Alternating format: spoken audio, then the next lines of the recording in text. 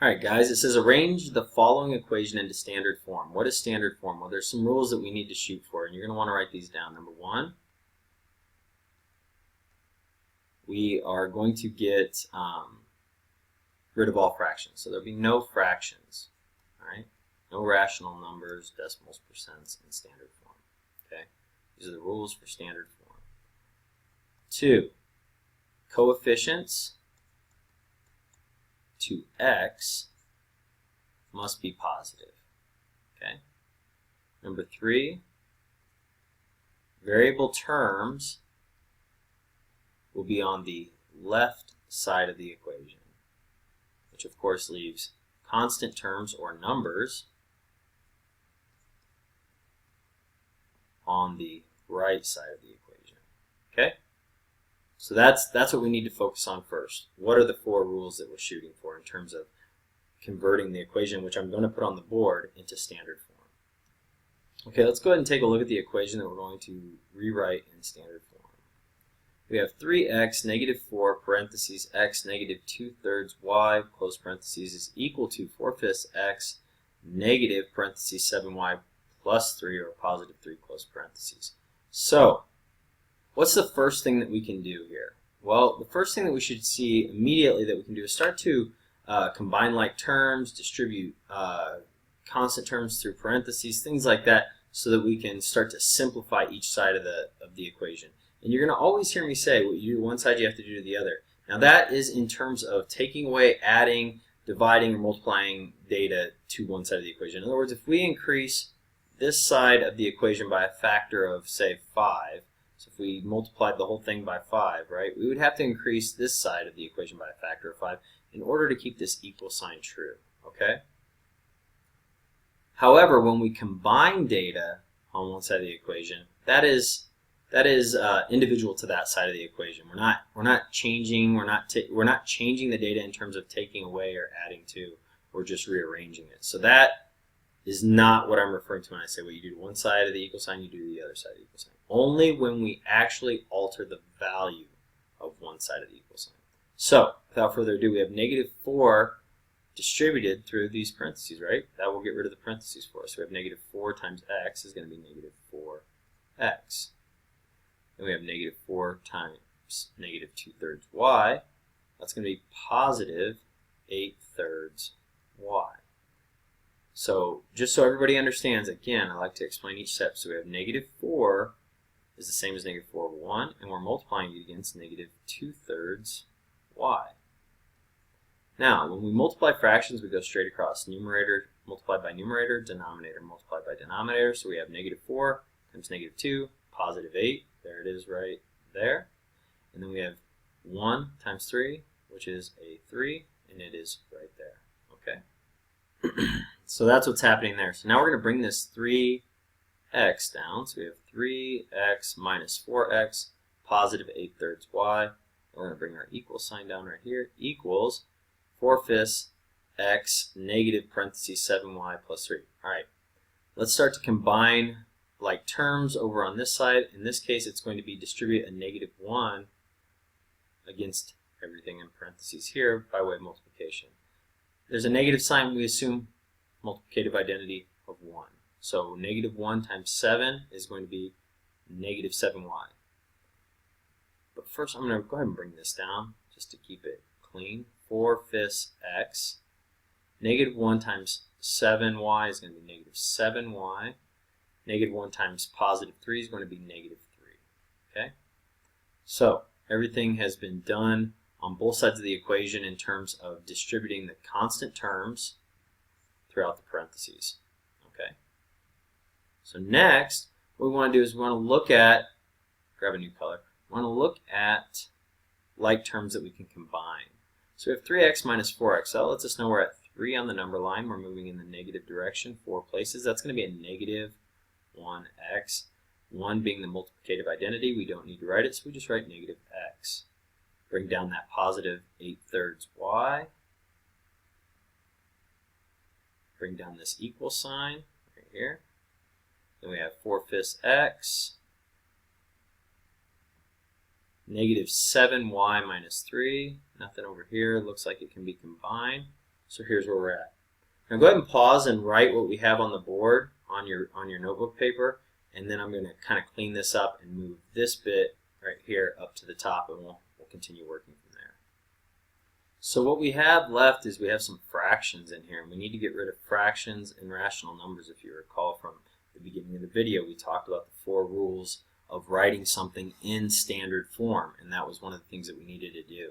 So let's go ahead and learn how we can do that. We can put this in parentheses here, and I talked at the beginning of this video about multiplying one side by a factor of such and such. We have to do the same thing to the other side. Now this is a perfect opportunity to do that. So on this side of the equation, what we're going to do is we're going to multiply by a factor of 15. So it's going to be 15, whoops, write that over here, 15 times everything. You don't need that x because we put parentheses up, didn't we? So we have 15 times everything on this side of the equation, which means we have to multiply everything on this side of the equation by 15 as well, right? And the reason we're doing that is because 3 and 5 are both factors of 15, aren't they? And we're going to see how that helps us. Let's go ahead and take a look at that. So here's a little clue. 15 is the same as 15 over 1. So 8/3, right? So we have 15 over 1. We want to multiply that against 8/3. Specifically, we're focused on the 8/3 and the 4/5 because those are the fractions we're trying to get rid of. Now just stay with me here. So we're going to multiply 15 over 1 by 8/3. Well, is there a way we can write 8/3 without changing the amount of, say, the pi? You know, if we had a pi graph of 8/3, is there a way we can rewrite 8/3 without changing the amount of the pi within the graph that would be filled in, but change the values of the numerator and the denominator? It's a fraction. A fraction is a ratio. Okay? So that means as long as I increase the numerator and the denominator by the same factors, the ratio stays the same. Okay? The pi pieces can just get bigger or smaller, but the amount of pi that we're getting is still the same. So I could say multiply this by 5, multiply this by 5, and we have 40 over 15. Right? So now we could say we have 15 over 1 times 40 over 15. Right? Well, what do we see? We see that we can cross-cancel these 15s, and we end up with 40 over 1, which is 40. So this becomes 40y by distributing this 15 against it. Does that make sense to everybody? And we're going to do the same thing over here. This is 4/5. We're going to increase this ratio by a factor of 3 on the denominator and on the numerator. And that's going to become 12/15. We will, again, it'll be 15 over 1, right, times, in this case, 12/15, because this 4 numerator becomes a 12. This 5 denominator becomes a 15, right? And again, we simply cross-cancel, and we end up with 12 over 1, so this becomes 12x. Okay? So we can drop this down as 40y. Now 15 times negative x is going to be negative 15x. And that's a positive 40y. Now we're going to bring down this equal sign here, right? And so we had 15 distributed here. We also have to distribute it to this negative 7y and this negative 3. But let's start with the fraction. That is now a positive 12x. So 15 times negative 7, that's going to be negative, well, 15, it's going to be 105y, I believe. So it's going to be negative 105y. 15 times negative 3 is going to be negative 45. Okay. So we've distributed this 15 throughout. We increased both sides by a factor of 15, and here we are. We've been able to eliminate the fractions by identifying a value that both denominators on both sides are factors of, and then multiplying that against both sides of the equation. So here we are at negative 15x, positive 40y is equal to 12x, negative 105y minus 45. Alright guys, so now we want to separate the variable terms and the constant terms. We want to get the constants on the right side, we want to get the variable terms on the left side. So here we have 12x, it's a positive 12x. So how do we bring that to 0? That's right, we subtract 12x. And what we do to one side of the equation, because we've altered the value, right? We've taken 12x away. We now need to do that to the other side. Minus 12x here. And we go ahead and line up the like terms, just because that makes it simple. And we can see that that's going to be negative 27x. Because we're at negative 15, we move in the negative direction 12 places. It's going to take us to negative 27, so we have negative 27x. Bring down that positive 40y and rewrite as negative 105y minus 45. And here's where we're at in that conversion. We're arranging the following equation, and that was our original equation. 3x, negative 4, parentheses x, negative 2/3 y, close parentheses, equals 4/5 x, negative parentheses 7y plus 3, or positive 3, close parentheses, right? And here's where we're at in that process now. Okay. So, what do we have left on this side that is a variable term? We have a negative 105y, so we're just going to add 105y to this side in order to bring that to 0. We need to do the same thing over here because we adjusted it by adding 105y to this side, right? So we need to do the same thing over here. So we have positive 105y, and we're going to line it up with its like terms, right? So 40y plus 105y obviously is going to give us 145y. And we'll rewrite that up here this time. So we have 145y. Bring up the equals.